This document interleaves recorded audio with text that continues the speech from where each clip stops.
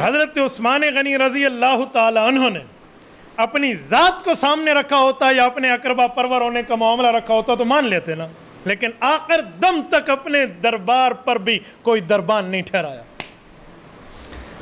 صحابہ کرام رضی اللہ عنہ اجمعین حضرت عثمان کی بات سن کے سارے واپس ہوئے۔ اب عبداللہ بن سبا کو عرصر نو اپنی جماعت کو پھر اٹھانا تھا، اس نے پھر اٹھانا شروع کیا، اور اس بار حضرت عثمان کے خلاف پراپیگنڈے کی ترتیب بدل گئی۔ وہ خطوط اور پراپیگنڈے اور ایک ایک جگہ جا کر جب تقریریں کرتا تو تقریروں میں کہتا اللہ کو خوش کرو، رسول اللہ کی بات مانو اور روزے رکھا کرو، گالیاں نہ دیا کرو، گناہ چھوڑ دو، اللہ کی رحمت میں آ جاؤ اور حق دینا سیکھو۔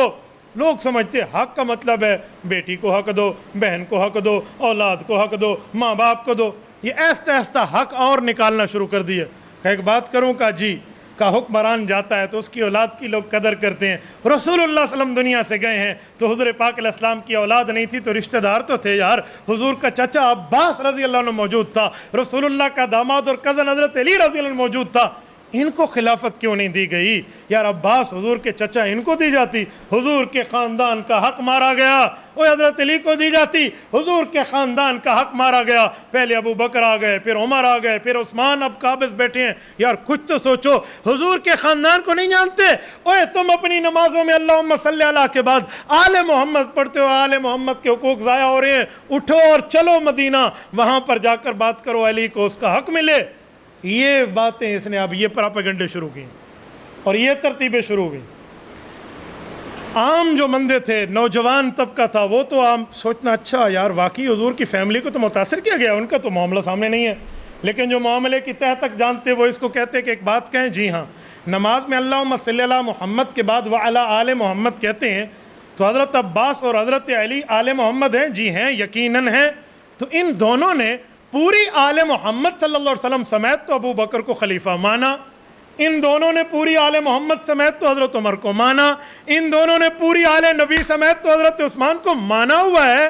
تجھے کیا مسئلہ ہے یار؟ تجھے کیا پرابلم ہے یار؟ کچھ بھی ہو پھر بھی حضور پاک کے خاندان کو حق دینا۔ اب یہ اس نے وار شروع کیا اور اس وار پہ طریقے پر 7 خطوط میں لوگوں کو باتیں بھی کرتا، خطوط بھی لکھتا، اور یہاں پر ایک جملہ کہتا کہ یار آپ کو پتہ ہے اندر سے تو حضرت علی بھی قائل نہیں ہے، اندر سے تو حضرت طلحہ اور زبیر بھی قائل نہیں ہے، اور یہ اتنے سال ہو گئے خلیفہ وقت بیٹھا نہیں، کسی اور کو موقع دیا جائے، یوں ہو۔ تبدیلی کا نام لے کر عبداللہ ابن سبا اٹھ پڑا۔ یہ معاملات اس نے چلائے اور اس نے یہ پوری کی پوری باتیں عوام میں پہنچائیں۔ لوگوں نے کہا چلو ٹھیک ہے، آپ کو اعتراض ہے تو ہم آپ کے ساتھ مدینہ منورہ چلتے ہیں۔ کچھ بغض میں چلے، کچھ حسد میں چلے اور کچھ معاملے کی تحقیق میں چلے۔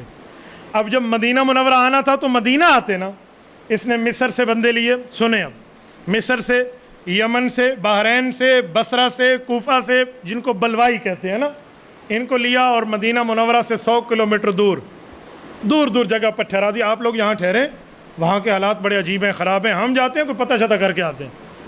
یار جن بندوں کو لے کر آئے ہو ان کا امیر المومنین سے آمنا سامنا کرا لو نا، فیس ٹو فیس بات کرا لو۔ نہیں کچھ ان کے نہیں، آپ میں سے ایک نمائندہ دے دو، آپ ایک نمائندہ دے دو، اس طرح بہت سی ایک جماعت لے کر یہ مدینہ منورہ پہنچا۔ جب یہ مدینہ منورہ پہنچا ہے تو مدینہ منورہ میں حضرت عثمان غنی رضی اللہ تعالیٰ عنہ سے پہلے حضرت علی سے ملا۔ بندہ بعضوں کا جھوٹ بولے نا تو جھوٹ اپنے ذہن میں پکا ہو جاتا ہے کہ کہیں ایسے ہو نہیں، تو اس کے دل میں بھی یہ بات شاید پکی ہو گئی تھی کہ حضرت علی شاید اندر سے حضرت عثمان کے ساتھ نہیں ہوں گے۔ جب حضرت علی کو ملا تو حضرت علی نے کہا تو ہم تو دل و جان سے امیر المومنین کے ساتھ ہیں، یہ ہمارے نام پہ غلط پراپیگنڈا بند کرو، ورنہ یاد رکھنا ہم نے تلوار زنی اللہ کے رسول سے سیکھی ہے۔ حضرت طلحہ کو ملا، حضرت زبیر کو ملا، باقی صحابہ کو، سب کا ایک ہی جواب تھا۔ اسی اسنا میں بات حضرت عثمان تک آئی تو حضرت عثمان کو حضرت علی نے مشورہ دیا، امیر المومنین ایک کھلی کچہری اب مسجد نبوی میں بھی لگنی چاہیے۔ اب ان کو تو پتہ نہیں ہے کہ پیچھے لشکر بیٹھے ہوئے ہیں، ان نے تو سمجھا یہی ہے کہ اب کھلی کچہری یہاں بھی لگے۔ اب یہ پھر مسجد نبوی میں سب جمع ہوئے ہیں اور حضرت عثمان غنی رضی اللہ تعالیٰ عنہ سے مکالمہ ہوا ہے اور حضرت عثمان غنی کے سامنے اعتراض اور جواب۔ 10 باتیں حضرت عثمان کے خلاف لے کر آئے اور حضرت عثمان نے ان 10 باتوں کا جواب دیا۔ اس پر میرا تفصیلی کلپ ریکارڈ ہو چکا ہے، اس کو سن لینا، لیکن میں سرسری یہاں آپ کو وہ اعتراضات بتاتا ہوں جو امیر المؤمنین وقت پہ ان لوگوں نے کیے تھے۔ نمبر 1، کہا جنت البقیع کے ساتھ ایک چراگاہ تھی، اس چراگاہ کو آپ نے اونٹوں کی چراگاہ بنایا ہے، حالانکہ اللہ کے رسول نے فرمایا تھا لا حما الا للہ وللرسول، چراگاہ بنانے کا جو اس طرح کے معاملے کے اختیار ہے وہ اللہ رسول کو ہے، آپ نے کیوں کیا؟ یہ حضور کی مخالفت کی ہے، اس لیے ہم آپ کو خلافت پہ عہدہ براجمان دیکھنا نہیں چاہتے۔ حضرت عثمان غنی نے فرمایا بس یہی سوال ہے؟ جی ہمارا سوال پورا۔ کہا تم نے تو یہ فرمان سنا ہے، ہم نے اپنی آنکھوں سے حضور کو فرماتے ہوئے دیکھا ہے۔ حضور کے اس فرمان کا مطلب کیا تھا تمہیں پتہ ہے؟ یہ حضرت علی بیٹھے ہیں، طلحہ زبیر سارے صحابہ بیٹھے رضی اللہ عنہم، ان سے پوچھو نسلی اور قبائلی تعصب میں کوئی آدمی وڈیرا چراگاہ پہ قابو ہو جاتا تو اللہ کے رسول صلی اللہ علیہ وآلہ وسلم نے فرمایا اب اس طرح مسلمانوں کے مال پر قابض نہیں ہونا دیا جائے گا، عوام کے مال پہ اللہ کے رسول کے فیصلے سے ہوگا۔ پتہ چلا کسی کو غاصب نہیں ہونے دیا جائے گا۔ اور میں نے یہ جو چراگاہ بنائی ہے بیت المال کے اونٹوں کے لیے بنائی ہے، عثمان کے ذاتی اونٹ نہیں چرتے، یہی تو اللہ رسول کا حکم تھا۔ اچھا یہ بات تھی، اچھا یہ اعتراض ختم۔ اب دوسرا سوال انہوں نے دوسرا اٹھا دیا، آپ نے قرآن کریم کا ایک نسخہ رکھا ہے لغت عرب، لغت قریش، حالانکہ قرآن تو 7 لغتوں پہ اترا تھا، آپ نے باقی لغت کے نسخے کیوں ہٹوا دیے؟ یہ ناشر قرآن حضرت عثمان کو کہا جاتا ہے نا۔ حضرت عثمان کے سامنے یہ سوال ہوا، حضرت عثمان نے اس کا جواب دیا، کہا یہ کوئی صرف میرا فیصلہ ہے؟ یہ مکمل اجماع صحابہ سے، سب اہل بیت اور نبی کے صحابہ بیٹھے، ان سے پوچھ لو۔ ہم نے سوچا ہے کہ قرآن 7 زبانوں پہ اترا ہے، انزل القرآن علی 7 احرف، لیکن اب عجم تک ہمارا دین پھیل گیا ہے۔ عرب تو جانتے ہیں کہاں زبر پڑھنی ہے، کہاں زیر پڑھنی ہے، کہاں شد، کہاں مد، کہاں پیش پڑھنا ہے، عجم تو نہیں جانتے، انہیں تو معنی نہیں پتہ، وہاں اگر نقطے لکھے ہوئے نہ ہو تو یعلمون اور تعلمون کو فرق نہیں کر سکتے، تو ہم نے اس لغت کو باقی رکھا ہے جو میرے پاک پیغمبر کی لغت تھی، لغت محمد صلی اللہ علیہ وسلم کو قائم رکھا ہے، باقی لغات کو چھوڑ دیا ہے تاکہ جس زبان میں اللہ کے رسول قرآن پڑھتے تھے وہ زبان امت تک پہنچے۔ ہم نے تو اس طرح رکھا ہے۔ آپ کو رسول اللہ کی زبان میں قرآن کا نسخہ قبول نہیں ہے؟ اب تو لینے کے دینے پڑتے تھے۔ اچھا جی ہمیں پتہ نہیں تھا، معاملہ ٹھیک ہو گیا ہے۔ ایک اعتراض اور آیا، ہم نے اللہ کے رسول کو دیکھا حضور پاک علیہ الصلوۃ والسلام تو حج پر 2 رکعت نماز پڑھتے تھے، اس بار حج کیوں ہے آپ نے سن 34 ہجری میں تو آپ نے 4 رکعتیں پڑھی ہیں، آپ نے حضور کے دین کو بدل دیا۔ اب یہ سمجھ رہے تھے کہ ہمارے پاس کوئی بڑی دلیل آ گئی ہے۔ یار کوئی دلیل ہونی چاہیے۔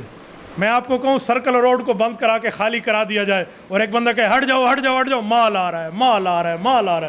اب سب دکانداروں نے شٹر نیچے کر کے ٹھہر گئے، یار کیا مال آ رہا ہے، روڈ بلاک ہو گیا، ذرا دیکھیں۔ ادھر سے دیکھا تو ایک بندے نے ایک بھیڑ پکڑی ہوئی ہے اور اس کی رسی لے کر آ رہا ہے، جی میں مال لایا ہوں۔ یہ دلیل ہے حضرت عثمان کے خلاف۔ آپ جی 4 رکعت پڑھتے ہیں، حضور نے 2 پڑھی تھی۔ حضرت عثمان نے فرمایا کہ اللہ کے رسول اس وقت وہیں پر مسافر تھے، میری تو شادی ہوئی ہے مکہ مکرمہ میں، میرا تو اپنا حال و عیال ہے، جو مسافر ہوتا ہے وہ 2 پڑھتا ہے، جو مقیم ہوتا ہے وہ 4 پڑھتا ہے۔ بات ختم ہو گئی۔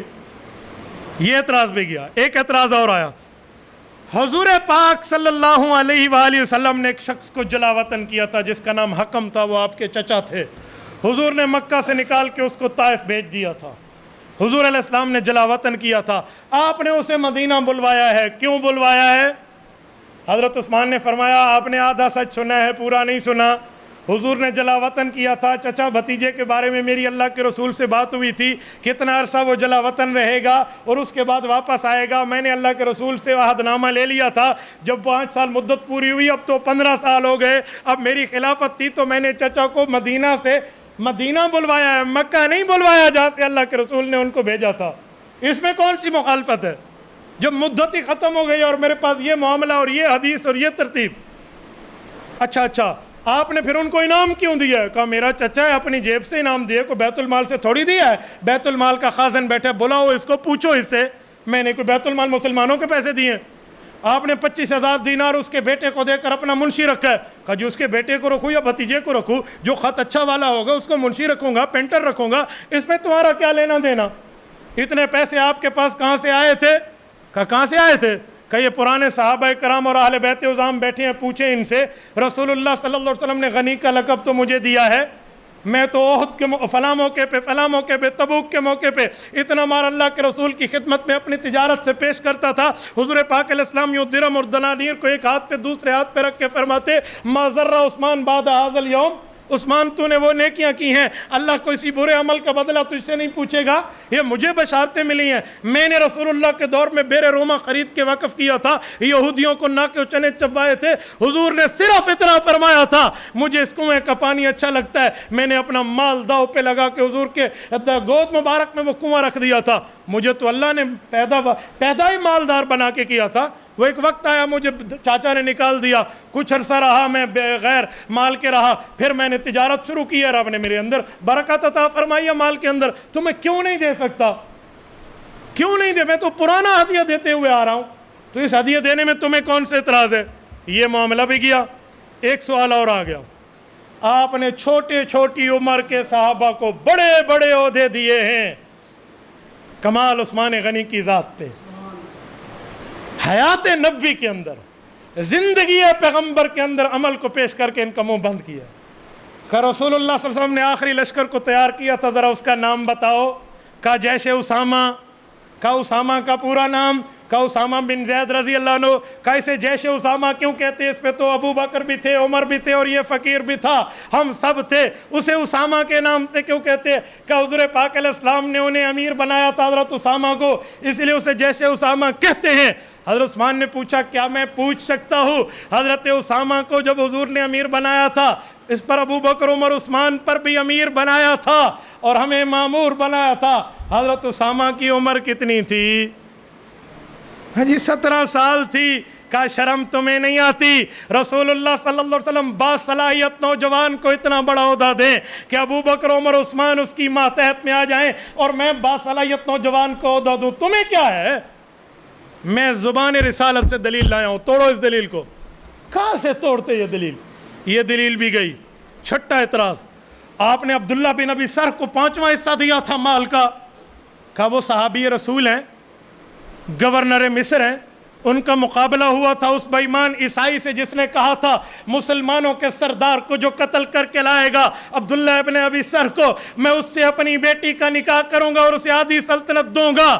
تو عبداللہ بن ابی سرح کو میں نے کہا تھا اس کا کلا کما کرو اور رومی سلطنت کے بادشاہ کیسر کو ناکو چنے چوا, میں تجھے 5واں حصہ انعام پہ دوں گا. عبداللہ بن ابی سرح نے اعلان کیا لوگو میرے سر کی قیمت اپنی جگہ, لیکن اس رومی سردار کا سر جو لائے گا اس کی بیٹی سے اس کے قاتل کا نکاح کیا جائے گا. اور آسمان کی آنکھوں نے وہ منظر دیکھا جب خود عبداللہ بن ابی سرح نے اس رومی سردار کا کلا کما کیا, اس کی گردن کو اس کے سر سے جدا کیا اور اس کی بیٹی سے نکاح کیا, اور مسلمانوں کو روم جیسی فتح ملی ہے. تو 5واں حصہ اسے میں نے دیا ہے. لیکن جب تمہارے اعتراضات آئے تو میں نے کہا ابن ابی سرح مال کے لالچ میں تو ہم مسلمان نہیں ہوئے تھے, اگر اس پر اعتراض ہے تو واپس کر دے. اس نے کتنے عرصے سے وہ پیسے واپس کر دیے ہیں, تمہیں اب بھی اعتراض ہے؟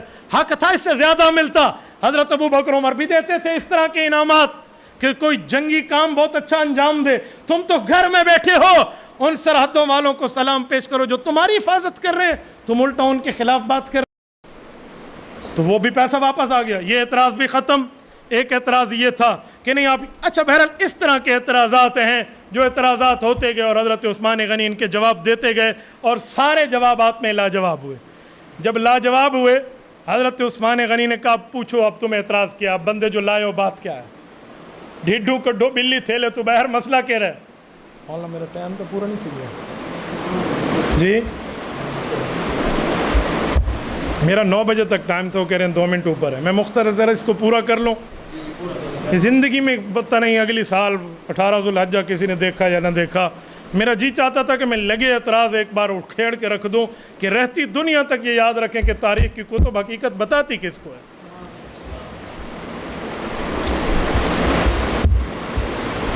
سیدنا عثمان بن عفان رضی اللہ عنہ نے پوچھا اب بات کیا؟ انہوں نے کہا جی ہمیں گورنر مصر بدل کے دے دیں. اب سنیں. کہا پھر ہم یہ لشکر لے کر واپس چلے جائیں گے. کہا جی ٹھیک. حضرت عثمان اور صحابہ راضی ہوئے, دستاویز لکھی گئی, کون دے؟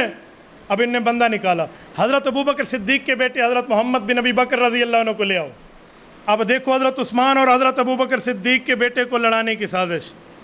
کہ انہیں گورنر بنا دو. کہا جی ٹھیک ہے. حضرت عثمان نے کہا میرا بھتیجا ہے, ہمیں کیا مسئلہ, یہ لو وہ گورنر ہوگا, لے جاؤ اسے, وہاں والا گورنر معزول ہے وہ واپس آ جائے گا, یہ خط لو. یہ خط لے کر گئے ہیں, اپنے اپنے قافلوں کو کیا بتایا کہ حضرت عثمان نے ہماری بات مان لی ہے، بس اب آہستہ آہستہ ہم واپس ہوتے ہیں، ابھی نہیں ہوتے، 1-2 دن میں ہوں گے۔ ایک چال اس کے ذہن میں تھی، ادھر سے مدینہ سے اللہ حافظ کر کے گیا، 100 کلومیٹر دور اپنے فیملی اپنے لشکر والوں کو اعتماد میں لیا، کہ خط مل گیا، ہم یہ جا رہے ہیں، اگر یہ گورنر تبدیل ہو گیا نا پھر یہاں سے کوچ کر لیں گے۔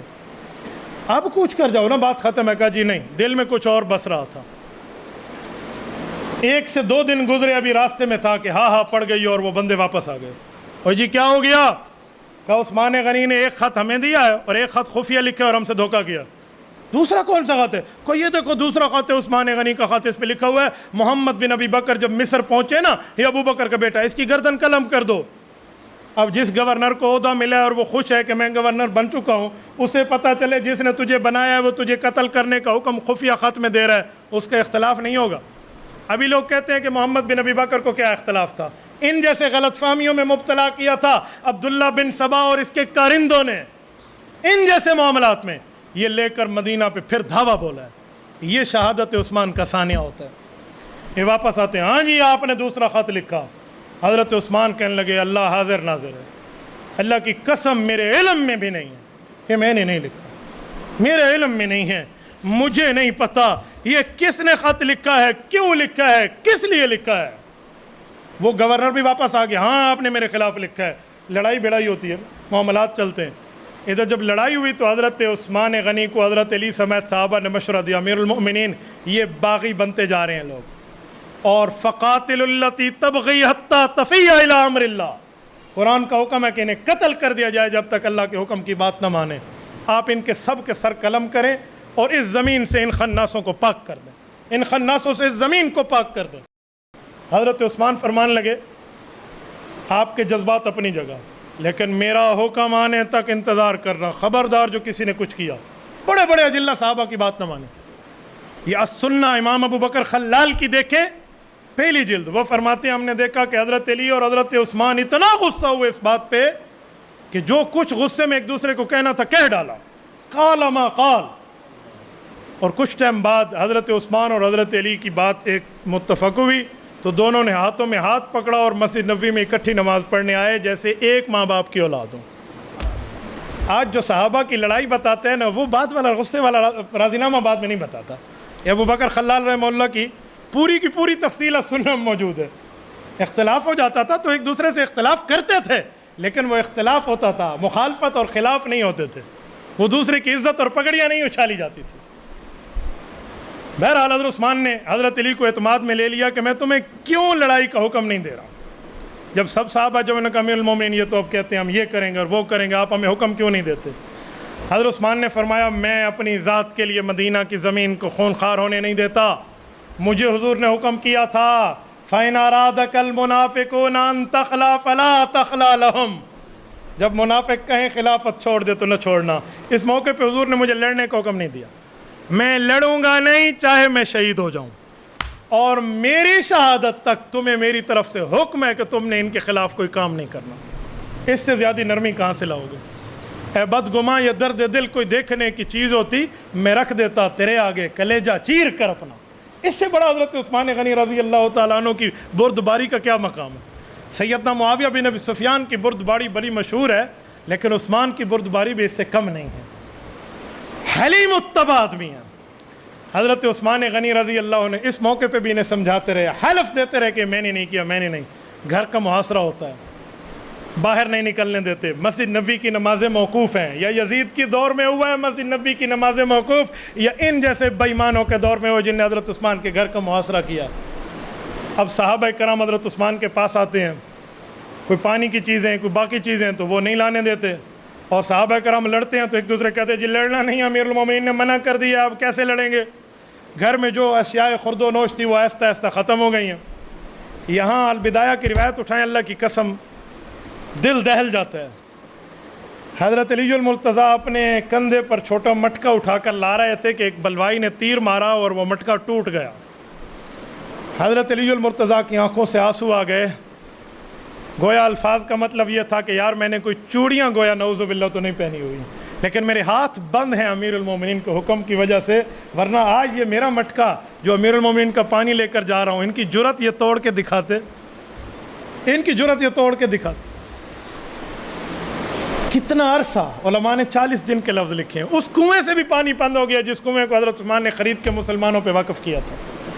سیدنا عثمان غنی رضی اللہ تعالیٰ عنہ تشریف لاتے ہیں اور ان لوگوں سے ایک بات کرتے ہیں کہ لوگوں، یہ کیا معاملہ تم نے شروع کر لیا، یہ کیا معاملات میں تم لوگ آ گئے ہو، کیوں میرے خون کے در پہ ہو؟ حضرت عثمان غنی رضی اللہ اس موقع پہ فرمان لگے، میں تمہیں قسم دے کر کہتا ہوں کہ کیا میں نے رسول اللہ صلی اللہ علیہ وسلم کے قرآن کو اترتے ہوئے نہیں لکھا تھا؟ کیا میں رسول اللہ کا سچا صحابی نہیں تھا؟ تم نے میرے اوپر پانی بند کیا، کیا میں نے اپنے پیسوں سے وہ زمین کا کنواں خرید کے مسلمانوں کو نہیں دیا تھا ظالموں؟ کیا مسجد نبوی کی توسیع کے لیے میں نے اپنی زمین خرید کے حضرت رسول اللہ صلی اللہ علیہ وسلم کی مسجد نبوی میں شامل نہیں کی تھی؟ اس طرح حضرت عثمان غنی نے ایک اصلاحی خطاب فرمایا۔ مورخین لکھتے ہیں کہ خلیفہ ثالث نے حق اور باطل کو 2 اور 2 4 کی طرح اس خطاب میں واضح کر دیا۔ جو اس مجمع میں مخلصین لوگ تھے نا وہ ہٹ گئے، کچھ رہ گئے عبداللہ بن سبا کے ساتھ۔ جب لڑائی عروج پر پہنچی ہے اور پانی وغیرہ بند اور یہ وہ اور گھر کے معاملے ختم، اس موقع پہ صحابہ کرام میں بہت سے صحابہ حضرت عثمان کے ساتھ اس بات پہ جھگڑ پڑے کہ امیر المؤمنین ہم سے یہ نہیں دیکھا جاتا، وہ ظلم پہ ظلم کریں، آپ ہمارے ہاتھ باندھ کے بیٹھیں۔ کہا جی نہیں، آپ نے نہیں لڑنا۔ حضرت عامر ابن عاص رضی اللہ عنہ جب صحابی کہنے لگا پھر میں یہاں سے ہجرت کر کے جا رہا ہوں، مجھ سے یہ برداشت نہیں ہوتا، ہم ان کے جو ظلم برداشت کریں اور آپ ہمیں کہتے ہیں آپ نہ کریں۔ حضرت عثمان رضی اللہ تعالیٰ عنہ کے اس حکم پہ حضرت عامر ابن عاص اپنی فیملی کو لے کر ہجرت کر کے تشریف لے گئے۔ وہ مدینہ منورہ میں اس موقع پہ موجود نہیں رہے۔ باقیوں کو حضرت عثمان نے ویسے حج پر بھیج دیا تھا کہ تم چلے جاؤ، اس دفعہ کوئی معاملہ خراب نہیں ہے، چلے جاؤ، کوئی نہیں مسئلہ، چلے جائیں، یوں کر کے بھیج دیا۔ اور مدینہ میں کل 17-18 مسلمان کے قریب بندے رہ گئے ہیں، اور معاملہ چلتے چلتے ایک دن پہلے حضرت عثمان خواب دیکھتے ہیں، اللہ کے رسول صلی اللہ علیہ وسلم کی زیارت ہوئی ہے، فرمایا عثمان کل کی افطاری آپ میرے پاس آ کر کرنا۔ اس سے حضرت عثمان غنی کے دل کو مزید تقویت ملی کہ میں حضور کے فیصلے پہ صحیح ڈٹ کے بیٹھا ہوا ہوں، ورنہ فرما سکتے تھے نا کہ لڑائی شروع کر دو۔ کہا نہیں، افطاری میرے پاس کریں گے۔ اگلے دن بیوی کو فرمایا کہ مجھے پاجامہ دے دیں، آج تک ہمیشہ تہبند پہنا تھا، کہا پاجامہ کا ہو سکتا ہے میرے قتل کے اوپر آئیں تو سطر ظاہر نہ ہو، میں سطر کی حفاظت کے لیے۔ قرآن کریم کے 40 ختم ہوئے تھے۔ حضرت عثمان غنی نے اس دن درباریوں کو بلایا اور سب کو، اور وہ جو اوپر ٹھہرے تھے، اور پیرہ داروں میں آپ کو پتہ ہے کون کون ہے؟ حضرت ابو ہریرہ ہیں، حضرت عبداللہ بن عمر ہیں، حضرت حسن ہیں، حضرت حسین ہیں، حضرت علی ہیں، اور اس طرح کے صحابہ کرام شامل ہیں۔ بڑے صحابہ کو تو عثمان نے گھر بھیج دیا، جو چھوٹے ان کی صاحبزادے پیروں پہ ٹھہرے ہیں نا، تب قاتب نے ساتھ میں حضرت عثمان نے ان سب کو کہا بیٹا آپ گھر جاؤ، کوئی نہیں مسئلہ، اللہ خیر کرے گا، آپ جاؤ۔ 20 غلام تھے، ان کو آزاد کیا کہ اس شرط پہ آزاد کر رہا ہوں، میری طرف سے ان کے خلاف تلوار نہ اٹھانا۔ آزاد ہو گئے، چلے۔ آخر میں حضرت حسن کہتے ہیں حضرت حسن کونے میں بیٹھ کے قرآن کریم پڑھنے لگے، تو حضرت عثمان نے فرمایا بھتیجے میری بات مانیں، آپ چلے جائیں، آپ کیوں بیٹھے ہیں، میں نے سب کو بھیج دیا، آپ بھی جائیں۔ لرزتی دل کے ساتھ اور لرزتے ہاتھوں کے ساتھ اور برستی آنکھوں کے ساتھ حضرت حسن وہیں سے نکلے ہیں، یہ واپس آئے ہیں۔ پیچھے جو معاملہ ہوا نا اس موقع پہ، محمد بن ابی بکر جو حضرت ابو بکر کے بیٹے تھے، ان کے دل میں یہ بات تھی تو صحیح، یہ گھر میں آئے ہیں شہادت کے عین دن، حضرت عثمان سے گفتگو کی کہ آپ نے اچھا نہیں کیا، آپ تو میرے چاچا تھے، آپ نے میرے قتل کا مسئلہ لکھا۔ یوں گفتگو کے دوران اتنا غصہ ہوئے کہ حضرت عثمان کی داڑھی مبارک تک ان کا ہاتھ گیا ہے۔ تو حضرت عثمان نے ان کو فرمایا کہ بھتیجے آج تیرا ابو بکر ہوتا تو تجھے یوں کرنے دیتا؟ اس پہ لرز، میں اللہ کو حاضر ناظر کر کہہ رہا ہوں، میں نے تیرے قتل کا خط نہیں لکھا، جھوٹ بولتے ہیں یہ، میرا آپ سے کیا مسئلہ، میں تو آج بھی آپ کے والد کو سلام پیش کرتا ہوں اور تو اس کی اولاد یوں۔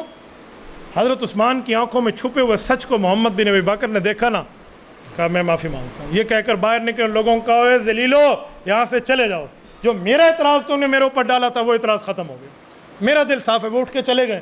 کون کہتا ہے صحابی رسول یہاں قتل میں شریک تھے؟ کون سے صحابہ تھے؟ نعوذ باللہ۔ حضرت عثمان غنی کا خالی موقع دیکھ کر گھر کو، یہ آخری بے ایمان یہاں پر کودے ہیں گھر میں، اور گھر میں کود کے حضرت عثمان سے لڑائی شروع کی ہے۔ ایک شخص ہے عبد الرحمن بن عافقی، یہ ملعون حضرت عثمان کے قاتلین میں ہے، اس نے پہلا برچ حضرت عثمان کے سر پہ مارا تو خون کا فوارہ نکل کے قرآن کریم کی اس آیت پہ گرا، فَسَيَكْفِيكَهُمُ اللَّهُ، آیت نمبر 137 سورۃ بقرہ۔ اس کا ترجمہ ہے اللہ ان ظالموں کے لیے کافی ہو جائے گا۔ یہ آیت رنگین ہو گئی حضرت عثمان کے خون سے۔ دوسرے نے نیزہ مارا تو حضرت عثمان فرمانے لگے بسم اللہ توکلت علی اللہ. یہ جملے اس طرح ایک شخص آیا جس کا نام سودان بن حمران ہے. اس ظالم نے حضرت عثمان غنی کے خلاف تلوار کھینچی تو خواتین کا جو زنان خانہ تھا علیحدہ، حضرت عثمان قصر خلافت میں شہید ہوئے ہیں، زنان خانہ علیحدہ تھا، وہاں سے حضرت نائلہ دوڑتی ہوئی آئی، سیدنا عثمان ابن عفان کی بیوی حضرت نائلہ رضی اللہ عنہ، انہوں نے تلوار پہ ہاتھ رکھا، خاتون ہے، تجربہ نہیں تھا، تو اس نے تلوار یوں زور سے کھینچی کہ ان کی 3 انگلیاں کٹ گئی. حضرت عثمان نے چیخ کے فرمایا آپ اندر جاؤ. ایک اور ظالم آیا جس کو الموت الاسود کے نام سے یاد کرتے ہیں، اس نے سینے پہ بیٹھ کر ایک تلوار گھسیڑی ہے جس تلوار سے حضرت عثمان غنی شہید ہوئے ہیں. یہ لڑائی اور شور شرابہ میں جو 20 غلام آزاد ہو کے گھر گئے تھے، جن صحابہ کو حضرت عثمان نے گھر بھیجا تھا نوجوانوں کو، وہ غافل نہیں بیٹھے تھے لیکن حکم کے پابند تھے تو چلے گئے، وہ دوڑتے ہوئے آئے ہیں. یہاں لڑائی ہوئی ہے. اس لڑائی میں حضرت ابو ہریرہ زخمی ہوئے ہیں، حضرت حسن زخمی ہوئے ہیں، انہیں اٹھا کر لے جایا گیا تھا. یہ تاریخ میں البدایہ والنہایہ واضح لکھتی ہے. یہاں پر حضرت عثمان کے 2 غلاموں نے یہ سودان بن حمران اور کنانہ بن بشر کو یہی اپنے ہاتھوں سے قتل کیا ہے، جنہوں نے حضرت عثمان غنی رضی اللہ تعالی عنہ کو قتل کرنے میں ساتھ دیا تھا. اور یہاں صاحب یہ پھر چلے گئے. حضرت عثمان غنی رضی اللہ تعالی عنہ کا یہاں جنازہ اٹھا ہے، جنازے کے بعد تدفین ہے، جنازہ پڑھایا گیا ہے، معاملات ہے یہاں. لیکن ایک صحابی رو کر کہتا ہے کہ ہمارے ہاتھ کو باندھا ہوا تھا امیر المومنین نے. جو 17 افراد اس وقت موجود ہیں. میں صحابہ کا تبصرہ اگر آپ کو سناؤں نا، حضرت ابو عمید ساعدی حضور کے صحابی ہیں، فرماتے ہیں لوگو میرا جی چاہتا ہے کہ میں قیامت تک اپنے چہرے پر ہنسی نہ لاؤں کہ میں نے یہ حادثہ اپنی زندگی میں دیکھا ہے. حضرت سعید بن زید اشرف مشرق کے صحابی ہیں، فرماتے ہیں لوگو احد پہاڑ ریزہ ریزہ ہو جاتا اگر اس کا دل ہوتا عثمان غنی کی شہادت پہ، لیکن ہم امیر المومنین کے حکم کے پابند تھے کہ تم نے لڑنا نہیں ہے. حضرت علی المرتضیٰ فرمان لگے جب میں پانی لے کر آیا تھا تو میں نے پگڑی عثمان کے گھر پھینک دی اور کہا عثمان اللہ کے دربار میں شکایت نہ کرنا، میں نے حکم تیرا مانا ہے، لیکن پانی دینے کے لیے جتنی کوشش میں نے کی ہے وہ کر لی ہے، آگے لڑنے سے منع آپ نے کیا تھا. حضرت طلحہ رضی اللہ فرمانے لگے کہ اللہ حضرت عثمان کے خون کا بدلہ لے گا. حضرت زبیر فرمانے لگے اے اللہ ان لوگوں کو اس پریشانی میں مبتلا کر جن لوگوں نے ہمیں اس طرح مبتلا کیا. حضرت عمرو بن عاص جو ہجرت کر کے جا چکے تھے، جب انہیں پتہ چلا انہوں نے فرمایا اللہ حضرت عثمان پر رحمت کرے، اب امت میں وہ تلوار اٹھ چکی ہے، نیام سے نکل چکی ہے جو قیامت تک دوبارہ نیام میں نہیں جائے گی. یہ سیدنا عثمان بن عفان رضی اللہ تعالی عنہ کا معاملہ ہے. حضرت قلیب جرمی رضی اللہ عنہ بصرہ میں تھے. یہ فرماتے ہیں حضرت عثمان کی قتل پہ جہاں پر میں نے لوگوں کو روتے ہوئے دیکھا، یہ اتنے روئے تھے کہ صحابہ کی داڑھی آنسوں مبارک سے تر ہو گئی تھی. میرے دوستو، حضرت عثمان شہید ہوتے ہیں، جنازہ ہوتا ہے، تدفین ہوتی ہے. قیصر روم جو اتنے سالوں سے چپ کر کے صحابہ سے مار کھا کے بیٹھا ہوا تھا، اس نے اچانک حملہ کر دیا. سمندر میں طوفان اٹھا ہے، اس کی کشتیاں الٹ گئی اور یہ واپس ہوا. بعد میں مصر کے گورنر حضرت عمرو بن عاص نے ان کا ایک جاسوس گرفتار کیا تو پوچھا عثمان غنی کی شہادت کی خبر تمہیں فوراً کیسے ملی تھی کہ تمہارے بادشاہ نے حملہ کیا؟ اور اس نے کہا گورنر صاحب کمال کرتے ہو، یہ تو ہمارا پیسہ چل رہا تھا. تاریخ طبری کا ہمارے بادشاہ نے 1,30,00,000 دینار خرچ کیے تھے. 1,30,00,000 دینار عبداللہ بن سبا اور اس کی ٹیم پہ. یہ اس زمانے کا دینار پتہ کتنا تھا؟ 20 دینار ہوتے تو 7.5 تولہ سونا ہو جاتا. اب آپ دینار کی قیمت خود سمجھ لیں. پاکستانی حساب سے 2,60,00,000 روپے بنتے ہیں. عام بندے کو تو اس کی صفروں کا بھی نہیں پتہ کہ صفر کتنے لگتی ہیں. 2,60,00,000 میں یہ پیسہ خرچ ہوا تھا. اس سے سمجھ آیا کہ سازشیں کہیں اور سے چل رہی تھی. حضرت عثمان غنی کے قاتلین میں یہ کنانہ بن بشر ہے، یہ سودان بن حمران ہے، عبد الرحمن عاقفی ہے، اور ایک الموت الاسود ہے جسے کہتے ہیں کالی موت. یہ کالی موت کون تھا؟ یہ اس کا نک نیم ہے، کوڈ نیم ہے، اصل وجہ کچھ اور ہے. الموت الاسود کا معنی ہوتا ہے کالی موت، اور اس کو عربی میں کہتے ہیں، یہودیوں کی زبان میں کہتے ہیں جبلہ، کالی موت. تو جبلہ پرانا نام عبداللہ بن سبا کا ہے. اور لکھا ہوتا کہ الموت الاسود، یہ کالی موت بندہ جو تھا یہ قبیلہ بنی سدوس کا تھا. یہ تاریخ خلیفہ بن خیاط میں ہے کہ بنی سدوس سے تعلق کسی ابن سبا کا تھا. اور یہاں پر میرے دوستو یہ بھی لکھا ہے کہ سیاف مصر سے آیا تھا. ابو موسیٰ عشری نے جب ان کو سعید بن عاص نے جب ان کو جلا وطن کوفہ سے کیا تھا تو یہ مصر میں رہائش پذیر ہو گیا. تو یہ وہ لانتی ہے جس نے حضرت عثمان غنی کو قتل کیا. اصل لانتی تو یہی تھا عبداللہ بن سبا لیکن بغض عثمان میں پلنے والے سینوں نے ہی کہہ دیا کہ عثمان غنی کا جو قاتل عبداللہ بن سبا یہ مفروض ہے، کچھ بھی نہیں ہے، صحابہ کے بندے تھے نعوذ باللہ۔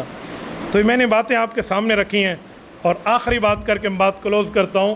حضرت عثمان غنی کوئی کمزور بندے بھی نہیں تھے کہ وہ لاغر تھے اور ضعیف تھے اور کمزور تھے اور بدلہ نہیں لے سکتے تھے۔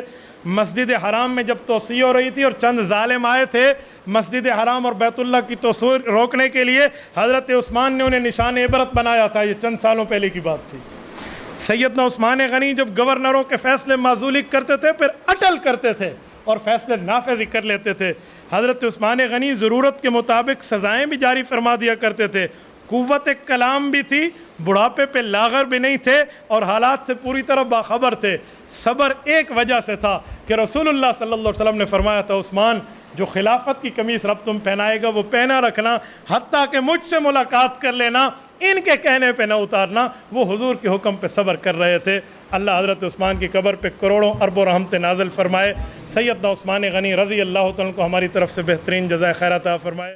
تبارك الذي نزل الفرقان على عبده ليكون للعالمين نذيرا